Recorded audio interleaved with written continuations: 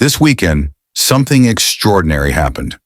Something no one could have predicted. Pope Leo, in his very first public address, didn't just speak to Catholics. He spoke to the powerful, to the fearful, to the furious, to the world, and in less than 72 hours, everything began to change. India and Pakistan, two nuclear nations on the edge of war, agreed to a ceasefire. The United States and China, locked in a cold economic war, shook hands in Switzerland and cut tariffs by a staggering 114%, a diplomatic miracle. The PKK, after 4 decades of violent conflict with Turkey, announced it will disband and disarm. That's over 40,000 lives lost, finally finding peace.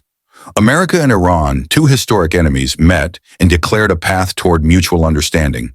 Not a treaty, not an alliance, but a beginning. And in Europe, leaders stood shoulder to shoulder in Ukraine, demanding a ceasefire from Russia. Not in months, not in weeks, within 30 days. Our face economic collapse under new sanctions. Then, something unthinkable happened. Vladimir Putin offered to meet President Zelensky face-to-face this week in Turkey.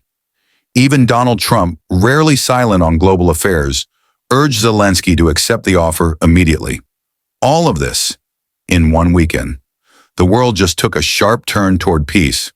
But the question echoing through newsrooms, war rooms, and pulpits everywhere is this. Was it the Pope?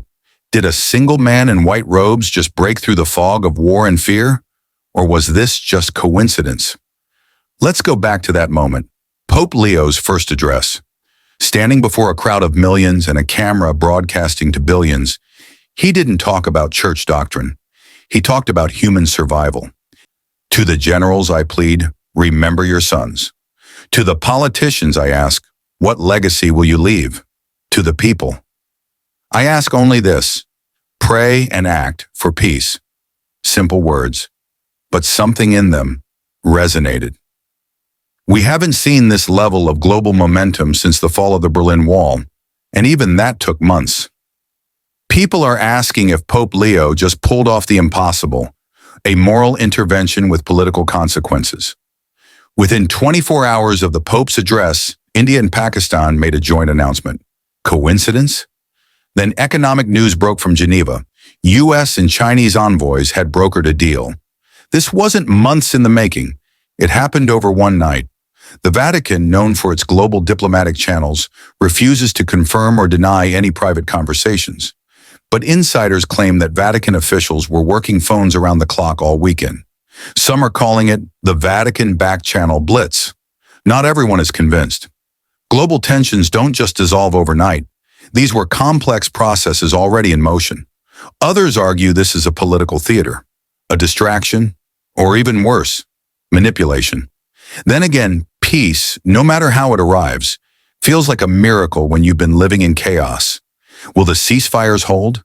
Will the meetings happen? Will the deals be honored? That remains to be seen. But one thing is clear, something or someone triggered a wave of change across the planet. And it all started with one man, one message, one weekend. Was it the Pope? Or was the world just waiting for permission to hope again? What do you believe? Comment below. Subscribe for more deep dives into the world's turning points.